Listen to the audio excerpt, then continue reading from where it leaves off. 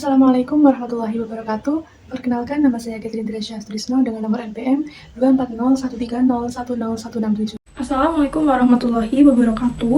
Perkenalkan, nama saya Nama Aulia Demantiriadi dengan NPM 24012010221. Assalamualaikum warahmatullahi wabarakatuh. Perkenalkan, nama saya Anya Diva Rusiadi Putri dengan nomor NPM 24012010312. Perkenalkan, nama saya Nabila Fitri Rahma dari program studi manajemen dengan NPM 175. Assalamualaikum warahmatullahi wabarakatuh. Perkenalkan, nama saya Antoni Di Asmara dengan NPM 24011010136. Perkenalkan, nama saya Himawan Yudal Banjar. NPM saya adalah 24041010133. Perkenalkan, aku Abdul Natasha Seri dengan NPM 24042010349.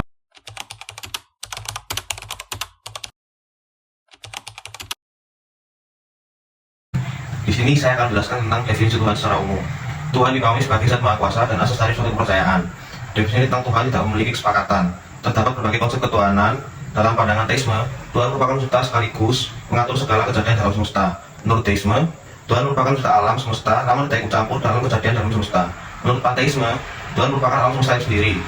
Penganut monoteisme percaya bahwa Tuhan hanya ada satu, serta tak berwujud, tanpa materi, memiliki pribadi, sumber segala kewajiban moral, dan hal-hal terbesar yang dapat direnungkan.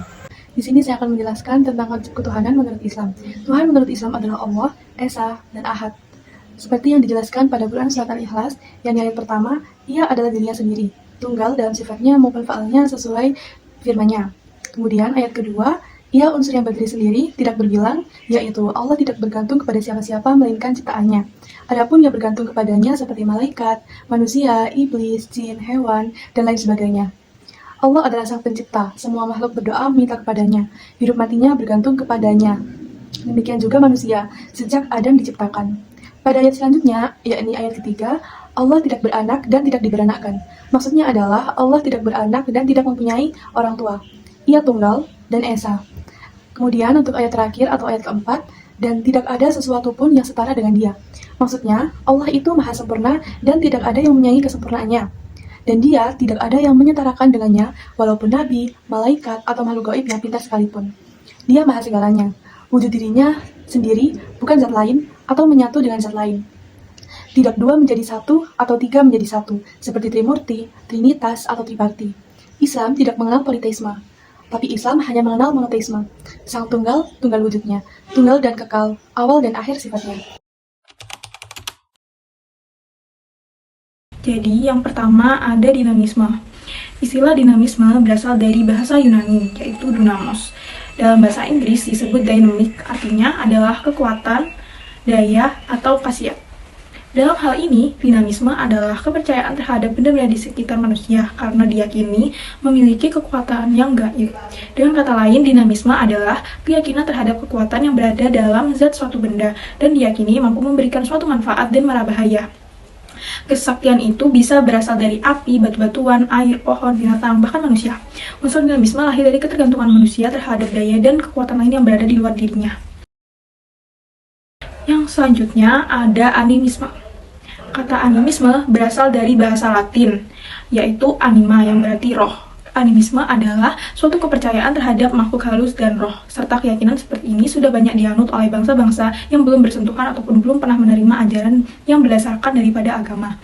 Adapun karakteristik masyarakat yang menganut paham ini, antara lain adalah mereka selalu memohon perlindungan dan permintaan sesuatu kepada roh-roh, misalnya untuk penyembuhan penyakit, sukses dalam bercocok tanam, terhindar dari gangguan hama tanaman, hidup rukun, berhasil dalam berburu, berperang, dan terhindar dari gangguan bencana alam.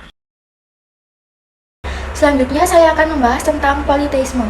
Kepercayaan, dinamisme, dan animisme lama-lama tidak memberikan kepuasan karena terlalu banyak yang menjadi sanjungan dan pujaan. Roh yang lebih dari yang lain kemudian disebut dewa yang mempunyai tugas dan kekuasaan tertentu sesuai bidangnya.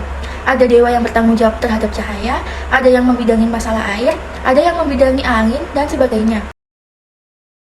Selanjutnya ada henoteisme.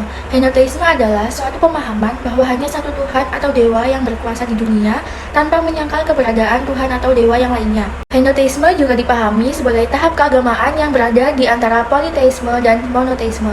Tahap keagamaan yang dimaksud adalah tahap perubahan keyakinan.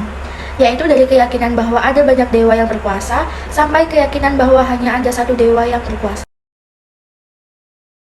Materi selanjutnya adalah era monoteisme. Era monoteisme adalah periode ketika mempercayai satu Tuhan mulai mendominasi dalam suatu kepercayaan agama. Monoteisme menekankan bahwa hanya ada satu Tuhan yang menciptakan alam semesta beserta isinya. Monoteisme terbagi menjadi 3 paham, yaitu yang pertama adalah deisme. Deisme adalah suatu kepercayaan yang meyakini bahwa Tuhan hanya menciptakan tanpa ikut campur dalam urusan manusia. Yang kedua adalah teisme, yaitu keyakinan bahwa Tuhan bukan hanya menciptakan alam semesta, melainkan juga berinteraksi dengan dunia dan juga manusia yang telah diciptakannya. Yang terakhir adalah panteisme, yang memiliki arti bahwa Tuhan adalah semuanya dan semuanya adalah Tuhan. Paham ini menyatakan bahwa Tuhan dan alam semesta adalah satu dan tidak dapat terpisahkan satu sama lain. Menurut Thomas Aquinas memberikan 5 bukti tentang keberadaan Tuhan, diantaranya 1. Semua yang ada di dunia ini khususnya makhluk hidup tentunya selalu bergerak dan itu adalah suatu hal yang sangat wajar. Namun menurut Thomas Aquinas, pergerakan ini tidak wajar karena tidak ada suatu pun yang mampu bergerak dengan sendirinya. Sesuatu yang bergerak dipastikan memiliki sesuatu yang menggerakkan. Sesuatu yang menggerakkan pasti juga mempunyai penggerak, dan demikian seterusnya. Namun, ada akhir dari penyebab yang menggerakkan itu. Penyebab yang menggerakkan semua itu disebut penggerak pertama. Penggerak pertama itu harus berupa kekuatan yang maha besar. Jadi, pasti bukan manusia atau makhluk serupa manusia penggerak pertama itu, tetapi adalah Tuhan. Kedua, sebab akibat. Sebab akibat tidak ada sesuatu pun yang eksistensinya disebabkan oleh dirinya sendiri. Tidak mungkin sesuatu menjadi sebab sekaligus akibat bagi eksistensinya sendiri. Suatu kejadiannya adalah akibat dari suatu penyebab dan penyebab itu pun merupakan akibat dari penyebab-penyebab lainnya. Demikian pun seterusnya sampai ditemukan penyebab awalnya. Jika tidak ada penyebab awal, tidak akan terjadi rangkaian akibat sesudahnya atau rangkaian kejadian tersebut tidak mungkin tanpa penyebab awal. Penyebab awal itu adalah Tuhan. 3. Ada dan tiada, di mana segala sesuatu yang terdapat dalam alam semesta ini datang dan pergi, lahir dan mati. Ada dan tiada. Sesuatu yang bisa ada dan tiada berarti ada di dalam waktu terkena arus waktu. Jadi tidak mungkin selamanya ada. Dengan begitu, ada masa di mana alam semesta ini belum ada sesuatu apapun. Keberadaan alam semesta dengan keadaan seperti ini bersifat kontingen, yang artinya ada masa ada dan tiada. Sangat tidak masuk akal jika ada masa ketika alam semesta ini belum ada. Sesuatunya niscaya ada yang artinya sebelum kehidupan ini adalah Tuhan sudah ada, sehingga dapat dipastikan bahwa ada sesuatu yang niscaya ada sepanjang masa. Sesuatu yang niscaya itu ada adalah Tuhan. Pendekatan ini disampaikan oleh Said Hawa dalam buku Allah Jalla wa Jalaluhu. Pendekatan fenomenologis adalah pembuktian tentang keberadaan Tuhan dengan mengacu kepada rahasia-rahasia fenomena yang terjadi di alam semesta. Menurut Said Hawa, ada 4 fenomena yang dapat dijadikan dalil akan keberadaan Tuhan. Yang pertama, fenomena kudusnya alam. Sebagaimana diakui oleh para ilmuwan, alam raya ini bersifat baru, artinya ia bermula dari tiada lalu menjadi ada. Matahari yang membakar bintang-bintang yang menghiasi langit dan bumi yang kaya dapat bermacam-macam kehidupan, semuanya menjadi bukti jelas bahwa dasar alam ini berkaitan dengan masa yang dimulai pada suatu waktu tertentu. 2. Fenomena iroda atau kehendak. Sudah menjadi aksioma bagi akal bahwa sesuatu yang tersusun rapi tentu ada ilmu, kehendak, kemampuan, dan kehidupan. Yang ketiga, fenomena hidup. Sungguh menakjubkan ketika kita melihat dengan mata kepala kita sendiri ada organ-organ tubuh yang terdapat pada makhluk hidup dan akan bertambah takjub ketika melihat lebih teliti lagi akan ketepatannya, kerjasama di antara bagian-bagiannya, kolaborasi akan tugas-tugasnya, sirkulasi di antara beberapa faktor pertumbuhan sesuai dengan proporsi yang dibutuhkan, sesuai dengan umur, spesies, dan kelompok masing-masing. Perkembangan hidup ini tidak dapat dijelaskan kecuali dengan keberadaan Allah. Adanya segala jenis spesies tidak dapat ditafsirkan tanpa adanya Allah juga.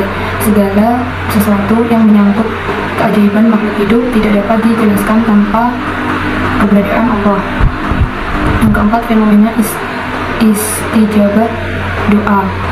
Banyak kejadian yang dialami manusia mempunyai hubungan dengan fenomena istijabah atau pengabulan doa dalam berbagai kesempatan. Kita dapat menemukan pertolongan yang tidak disangka-sangka atau terkabulnya doa yang terjadi tidak biasa. Secara sekilas manusia merasakan adanya pengaruh kekuasaan Allah dengan dikabulkan doanya.